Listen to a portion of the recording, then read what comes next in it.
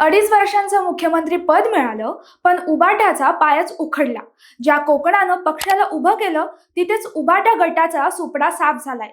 12 जिल्हा परिषदांच्या मैदानात उबाटाला एकही जागा मिळालेली नाही. ही हार आहे की राजकीय अस्तित्वाचा शेवट?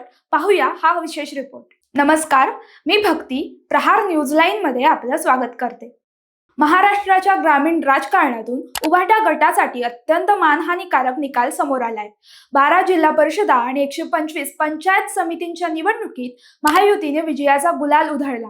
मात्र उद्धव ठाकरेंच्या गटाला जिल्हा परिषदेत भोपळाही फोडता आलेला नाही. 7 जिल्हा परिषदांवर भाजपने झेंडा फडकवला, तर शिवसेना आणि अजित पवारांच्या राष्ट्रवादीनेही मुसंडी मारली. काँग्रेसने किमान एक जागा राखली, पण उबाटा मात्र शून्यावर बाद झाला. सत्तेच्या नादात उद्धव ठाकरेंनी काय गमावलं याची चर्चा आता गल्लीपासून दिल्लीपर्यंत सुरू झाली आहे.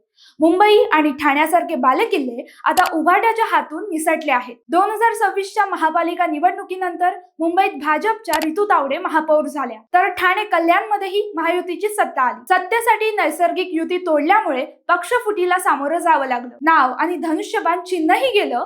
आता उबाटाला केवळ मित्रपक्षांच्या जीवावर राजकारण करावं लागतंय. पुढचा मोठा पेच आहे तो उद्धव ठाकरेंच्या आमदारकीचा. त्यांचा विधान परिषदेचा कार्यकाळ 13 मे 2026 ला संपत आहे. त्यांच्याकडे केवळ 20 आमदार आहेत. पुन्हा निवडून येण्यासाठी आवश्यक संख्याबळही त्यांच्याकडे नाही. मित्रपक्षांनी मते दिली तरच त्यांची आमदारकी टिकेल, अन्यथा उद्धव ठाकरे सभागृहाबाहेर फेकले जातील. सत्तेच्या समीकरणात स्वतःचा गड सुरक्षित ठेवण्यात उबाटा नेतृत्व अपयशी ठरलंय.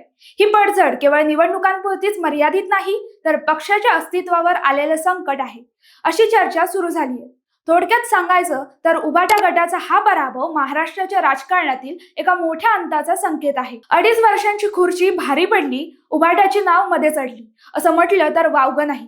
कारण राजकारण गणितावर नाही तर विश्वासावर चालतं, आणि उबाटाचा हा विश्वास आता पूर्णपणे डळमळीत झालाय. माहिती आवडली असेल तर कमेंट्स मध्ये नक्की कळवा, आणि असेच नवनवीन व्हिडिओ पाहण्यासाठी लाईक, शेअर आणि सबस्क्राईब करायला विसरू नका. धन्यवाद.